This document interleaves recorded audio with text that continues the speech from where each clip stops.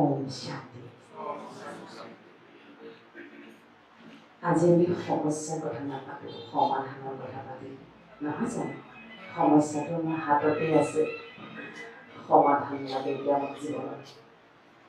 ৰাতিপুৱা শুই উঠাৰ পৰা লৈ ৰাতিলৈকে কিমানটা যে আমি পৰিস্থিতি পাৰ হ'বলগীয়া হয়, বিশেষভাৱে সম্বন্ধৰূপী পৰিস্থিতি। আজি পৰিস্থিতি সম্বন্ধ হৈ আহে জীৱনলৈ, যাক আমি কাৰ্মিক একাউণ্ট বুলি কওঁ। সেইবাবে কিছুমান আমি যদি টাৰ্ম ইউজ কৰোঁ জীৱনত, সেইবাবে আমি যিবিলাক পৰিস্থিতি আহে তাক আমি কাৰ্মিক একাউণ্ট বুলি কওঁ। কাৰ্মিক একাউণ্ট বুলি ক'লে কি হয়, অলপ চিৰিয়াছনেছ বাঢ়িব, ভাল লাগিব, এইটো কাৰ্মিক একাউণ্ট, এইটো চেটেল কৰিব লাগে। যদি সদায় সমস্যা সমস্যা বুলি কওঁ, সমস্যা নামৰ এই শব্দটোৰ ভাইব্ৰেশ্যন বা প্ৰকম্পনে সমস্যা আৰু দীঘলীয়া কৰি গৈ থাকে। মই এইখিনিতে জানিব বিচাৰিছোঁ, সকলোৱে অসমীয়া বুজি পায়নে? সকলোৱে পায় নহয়? হিন্দী ভাষী কোনোবা আছে নেকি? অসমীয়া বুজি পায়নে বাৰু সকলোৱে? যিহেতু মেজৰিটি অসমীয়া আছে, মই অসমীয়াতে কথাখিনি কওঁ বুলি ভাবিলোঁ। গতিকে কোনোবা বুজি নোপোৱা যদি আছে অসমীয়া, মোক জনাবচোন। এই পৰিস্থিতিবিলাকক আমি কেনেকৈ ঠিক ঠাক কৰিম? পৰিস্থিতিৰ পৰা না পলাব পাৰোঁ, না পৰিস্থিতি নোহোৱাকৈ জীৱন চলিব। ইমান মসৃণ নহয়। গোলাপ ফুলটো ইমান ধুনীয়া দেখিবলৈ, কাৰ মাজত থাকে বাৰু? কাঁইটৰ মাজত থাকে। আমাৰ জীৱনটো ইমান ধুনীয়া, ধুনীয়া জীৱনৰ কাঁইট বেছি। গতিকে মনুষ্য জীৱন লাভ কৰাটোৱে চবতকৈ ডাঙৰ কথা। গতিকে ইমান ডাঙৰ এটা প্ৰাপ্তিক যদি আমি উদযাপন নকৰি অনবৰতে হুমুনিয়া হতাশাত যদি ভুগিবলগীয়া হয়, এই জীৱনটোৰ বাৰু কি মূল্য থাকিব? হয়নে? সেইবাবে সহজ ৰাজযোগ, একেবাৰে সহজ ৰাজযোগৰ দ্বাৰা আমি জীৱনৰ প্ৰতিটো সৰু ডাঙৰ কাৰ্মিক একাউণ্টক খুব সহজে চেটেল কৰিব পাৰোঁ। 100% পাৰোঁ। তাৰ বাবে কেইটামান কৰণীয় আছে। আজি আমি কথা পাতিম শুই উঠাৰ অমুকলৈ যাব আছে, তমুকলৈ যাব আছে, আজি এইটো সেইটো সেইটো সেইটো আছে। কিন্তু এই শৰীৰটোক কোনে চলাই আছে? আজি বিজনেছ কোনে কৰি আছে? দেখাতে শৰীৰটোৱে কৰি আছে। মন আৰু বুদ্ধিয়ে বিজনেছ কৰি আছে। মন আৰু বুদ্ধিয়ে সম্বন্ধ চলাই আছে। মন আৰু বুদ্ধিয়ে চাকৰি কৰি আছে। মন আৰু বুদ্ধিয়ে চিন্তন চলাই আছে। এই শৰীৰৰ কাম কি? মন আৰু বুদ্ধিয়ে দিয়া ইণ্ডিকেশ্যন, ডাইৰেকশ্যন অনুসৰি কৰ্ম ইন্দ্ৰিয়ৰ কাম হৈছে তাক আমি ইমপ্লিমেণ্ট কৰা, তাক আমি সকলোৰে আগত প্ৰেক্টিকেলি দেখুৱাই দিয়া। গতিকে আমি জীৱনটোক ইমান সুন্দৰভাৱে এই কণ্টকময় জীৱনটোতেই প্ৰতিটো সম্বন্ধ সম্পৰ্ক অন্তৰৰে আশীৰ্বাদ, ক্ষমাদান, কৰোণা, দয়া, মৰম, নিস্বাৰ্থ মৰম। মৰমৰ দুটা পৰিভাষা আছে, এটা হৈছে স্বাৰ্থজনিত, এটা হৈছে নিস্বাৰ্থ। নিস্বাৰ্থ প্ৰেমৰ দৰে পৃথিৱীত আৰু ডাঙৰ প্ৰাপ্তি একো নাই। প্ৰেম দিয়াৰ বিনিময়ত জানো কিবা লাগে আমাক? আচলতে একো নালাগে। প্ৰেমে নিজে এটা বৃহৎ শক্তি। গতিকে ক'ৰবাত নহয় ক'ৰবাত আমি জীৱনত আজি অকণমান হ'লেও মানসিকভাৱে ঘূণীয়া হৈছোঁ। আমি অকণমান ভয় খাইছোঁ। জীৱনত লৈ শংকা আহিছে, সন্তানক লৈ শংকা আহিছে, সম্বন্ধত স্বামী স্ত্ৰীৰ মাজত অলপ হ'লেও ক'ৰবাত আমাৰ ফাউণ্ডেশ্যন হেলিছে। গতিকে আমি আজি আৰম্ভণি কৰিম যে ৰাতিপুৱা শুই উঠি আমি কেইটামান নিজে নিজক আজিৰে পৰা সেইটো প্ৰতিজ্ঞা কৰিম। 21 দিন কিন্তু আপোনালোকে কৰিবলৈ কৰিব, খুব ফলাফল পাব। বহু অনুভৱী আত্মা বহি আছে যিয়ে এই সংকল্পবোৰ এনেই আওৰাই আওৰাই জীৱনত অলপ হ'লেও সুখ শান্তি লাভ কৰিছে। গতিকে আজি আমি প্ৰেক্টিকেলি যিসকলে মোবাইলৰ স্ক্ৰীণত লিখি ল'ব পাৰে বা মনত স্মৃতিত ৰাখিব পাৰে বা কপি পেনতো লিখি ল'ব পাৰে, মাত্ৰ 5টা সংকল্প শুই উঠি বিচনাখন ত্যাগ নকৰাকৈ বিচনাখন ত্যাগ নকৰাকৈ এই সংকল্পকেইটা মনৰে আপোনালোকে ক'বলৈ আৰম্ভ কৰিব। প্ৰথমটো হৈছে যিটোৰ পিছত আমি আজি হাহাকাৰ কৰি আছোঁ যে জীৱনত আমাক শান্তি লাগে।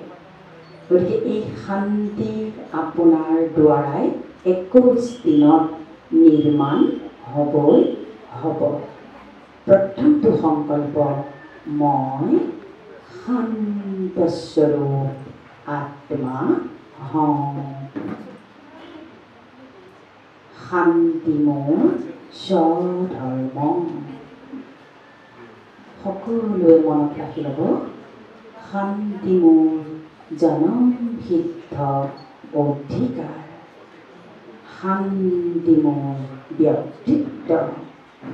শান্তি মোৰ স্বভাৱ সংস্কাৰ। মই শান্ত, হৃদয় আৰু স্থিৰ।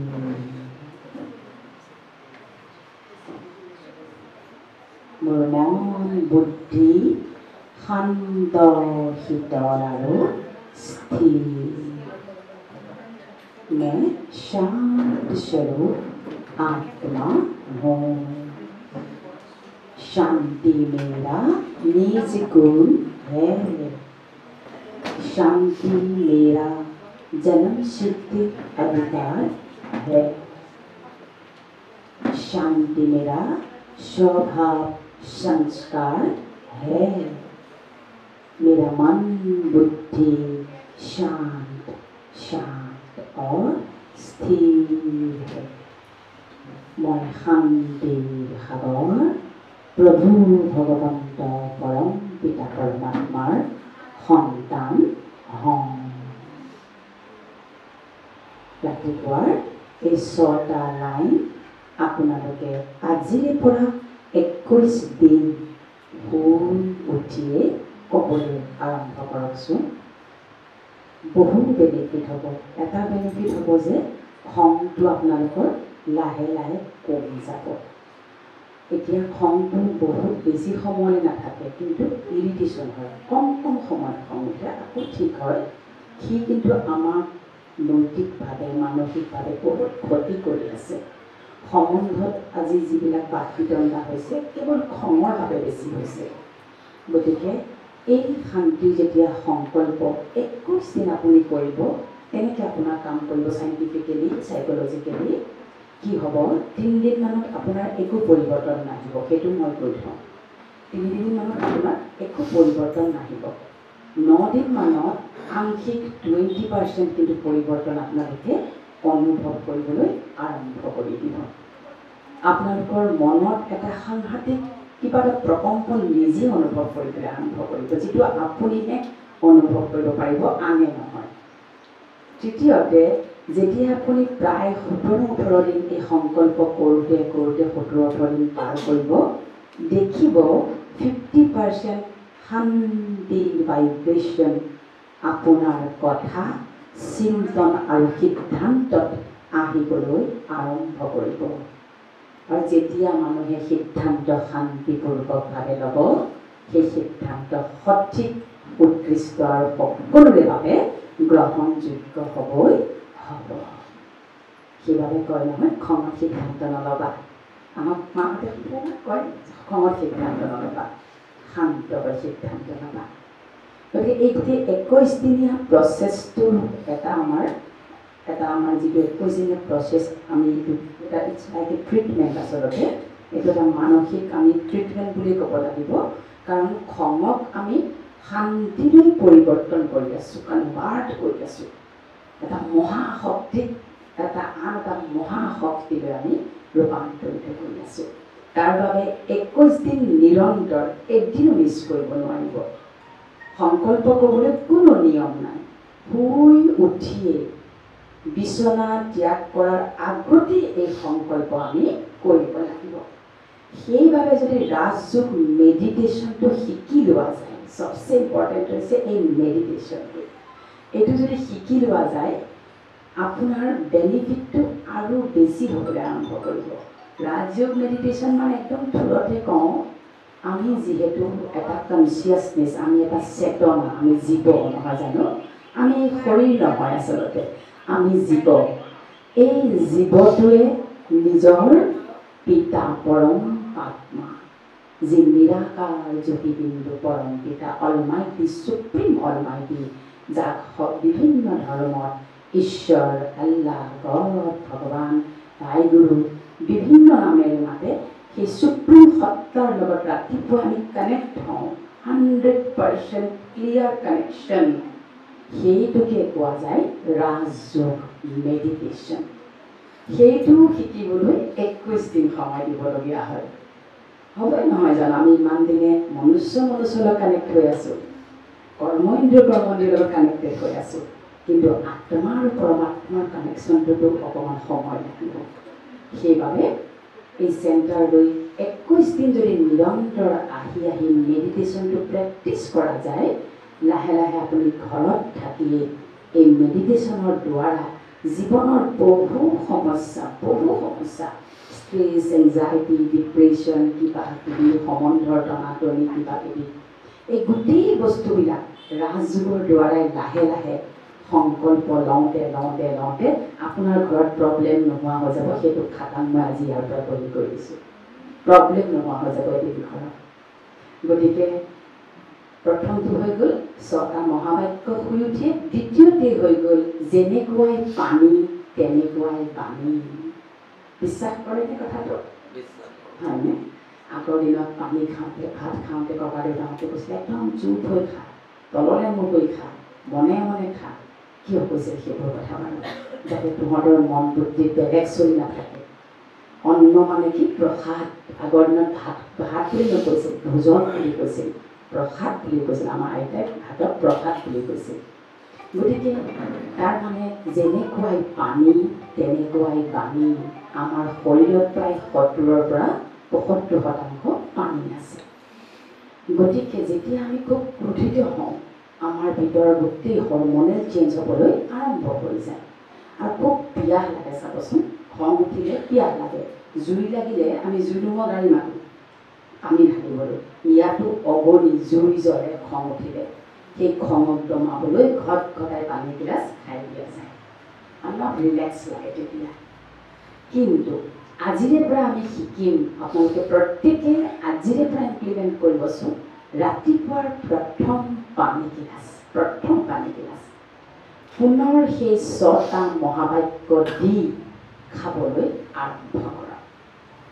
পানী গিলাচ ল'ব, নিজকে আত্মা জানি, আমি শেষৰ ফালে মেডিটেশ্যন কৰি নিজকে আত্মা জানি পৰমাত্মাৰ লগত কানেক্টেড হৈ পানীখিনিলে নিজৰ দৃষ্টি দি ক'ব, মই শান্ত স্বৰূপ আত্মা, শান্তি মোৰ স্বধৰ্ম, শান্তি মোৰ জনমহিত অধিকাৰ, শান্তি মোৰ ব্যক্তিত্ব, শান্তি মোৰ স্বভাৱ সংস্কাৰ, মই শান্ত শীতল আৰু স্থিৰ। আজিৰ দিনটো মই শান্তিপূৰ্বকভাৱে সকলো কথা কম, প্ৰতিটো সম্বন্ধক হেণ্ডেল কৰিম, যিকোনো পৰিস্থিতিক মই শান্তিপূৰ্বকভাৱে মুখামুখি হৈ সমাধান কৰিম।